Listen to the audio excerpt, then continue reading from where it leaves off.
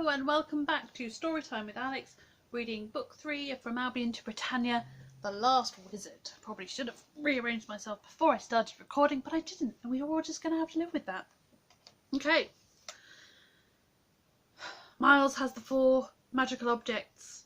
He's going to return them to the tomb of Ada and Isidore Tuckwell, and this chapter, chapter 17, is called The Tomb of Ada and Isidore Tuckwell. So let's begin.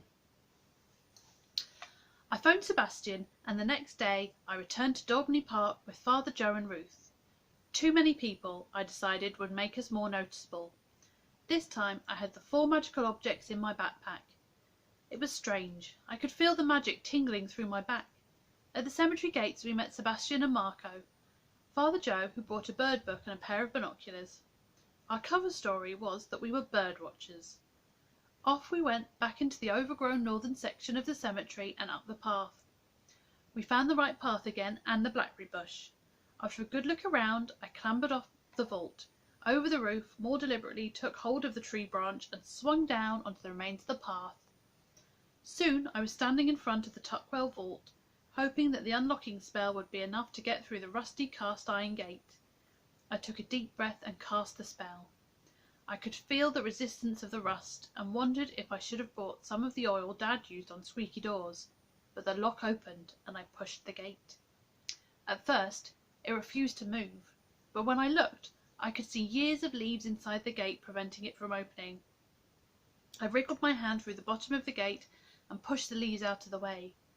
Next time I pushed, the gate opened with a shriek of hinges that had not moved for many years. It did not open all the way, but enough for me to squeeze through. My bag got stuck, so I had to retreat, take the bag from my back, push it through in front of me, and then I was standing at the top of the steps down into the earth. I looked down the steps, and a little voice in my head said, "Miles, whatever are you doing? How did you get mixed up in all this weirdness?" I think if I had not floated across a roaring magical chasm the previous year, I would have turned tail and gone home. But there was another voice saying, "You've been in scarier places than this." Another deep breath and I started down the steps. They were also covered in drifts of old leaves like porridge mixed with rags, so I took each step very carefully. Then I was standing at the bottom, in front of a solid door of very dark wood, with huge metal hinges curling across the door. Another lock, another spell, more resistance. I had learned from watching Sebastian open the door to the shed in the garden of Temple House, so I added a little heat to the spell, and the door finally clicked open. I turned the black brass handle and pushed the door open. It was pitch dark inside, and so I created a ball of light and sent it ahead of me. For a second I saw the inside of the vault, shelves on either side holding the coffins. There was a cold, earthy smell. But, as if in response to the ball of light, what I saw before me changed drastically, and I was standing in a Victorian living room. It was as if I had just entered the room from the hallway.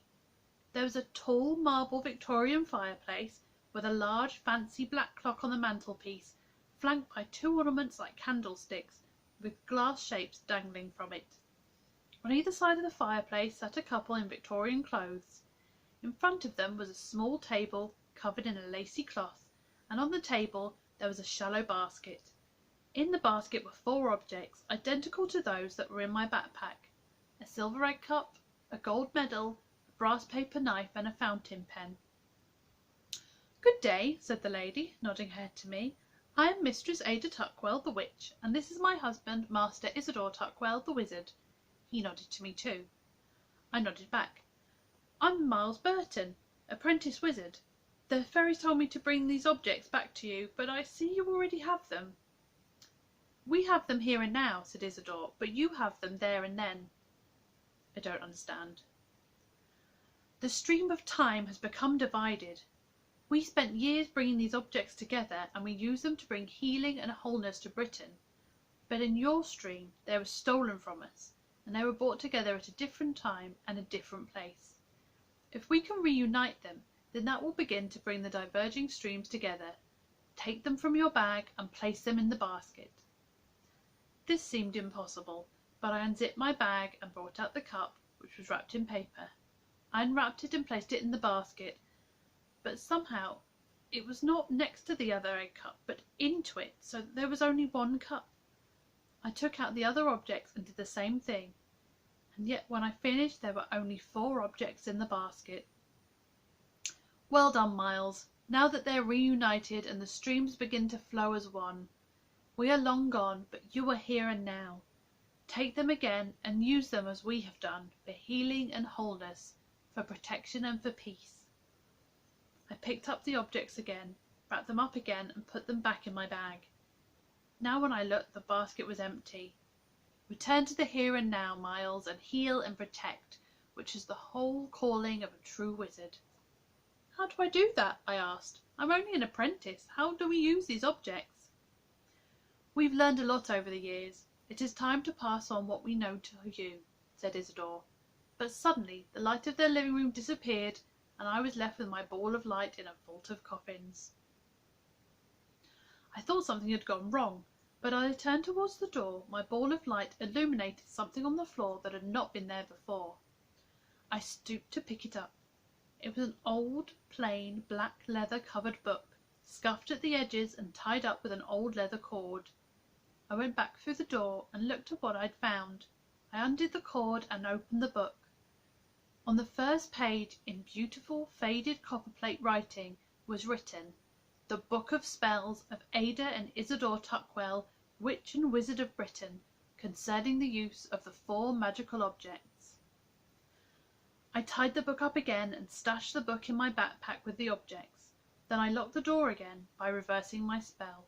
With great relief, I climbed the stairs and locked the vault gates behind me. "Thank you," I called, but there was no one there. I had no desire to find the grave that the nasty mob had messed up.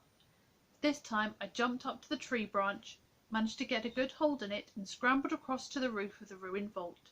When the others saw me, they cheered, and I was soon back on the path with them again, ready to show them the book and tell them my tale. We walked down to Sebastian's flat for a cup of tea and a biscuit to think through what had happened to me and look at the book. On the reverse of the title page was written, "For wizards and witches to come, that they may use the 4 magical objects to protect and heal."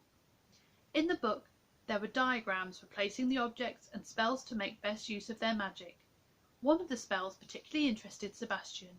It was titled, "A Spell of Restoration." While we munched on biscuits, he examined the spell thoroughly and disappeared into his study with Father Joe for a private discussion. Eventually they returned. "Do you want the good news or the bad news first?" said Sebastian. "Good news," said Ruth quickly.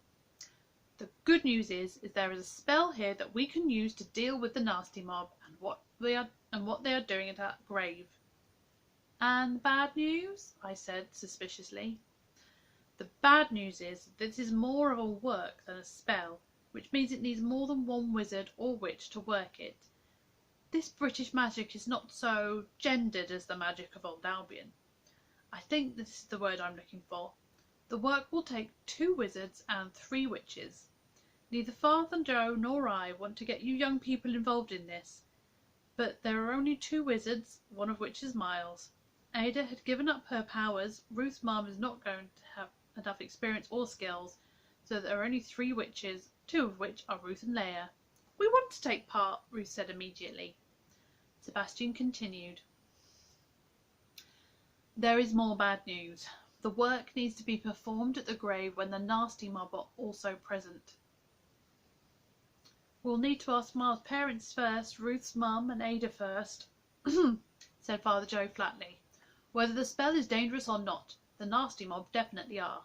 The 3 of us protested, but neither he nor Sebastian would budge.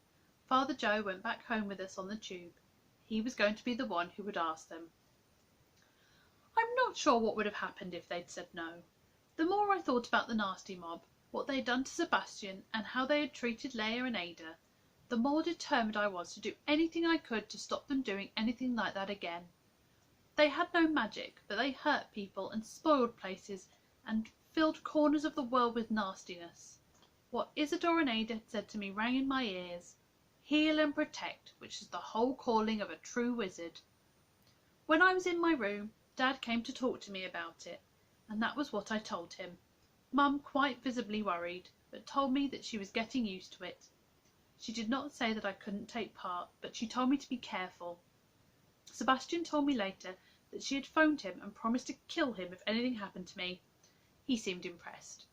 Ruth had to tell her mum more details of what the blacks had done to Sebastian and to Ada and Leah.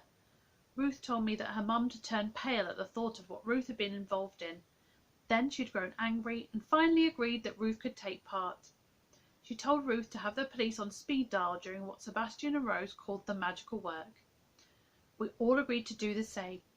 It was fortunate that we were now in the middle of the summer holidays, because we had to practice for a week. We each had part of the work to speak, and Rose and Sebastian told us that it would be better to learn our parts by heart. We each also had actions to perform, as if it were a play. Ruth and Leah and I practiced in our back garden, and fairies would come and watch as if they were the audience, which could be distracting. As we learned our parts, the fairies would applaud if we did it well, which was encouraging. During the week we were practicing, Marco had agreed to find out where the path the nasty mob used entered the cemetery, and, if possible, get some idea of when they were likely to be there. Luckily, they'd never seen him with us. They had closed the Satanic Temple of the Black Moon website, but the manager of Hyperborea told us that Vlad Black was still around and had put up a leaflet on their community notice board for a new organisation meeting in a pub in a different part of London, so we went along.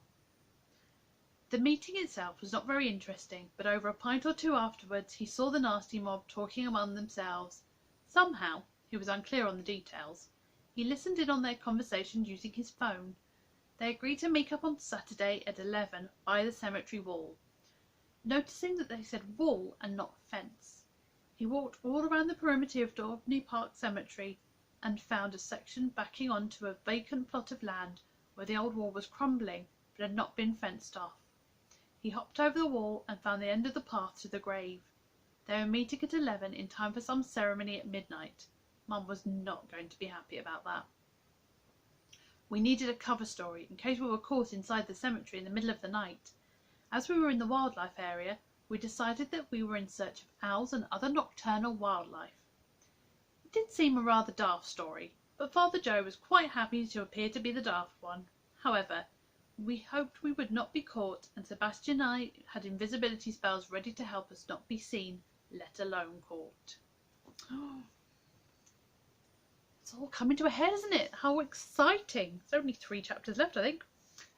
So let's see what happens when they do this great magical work. See you next time.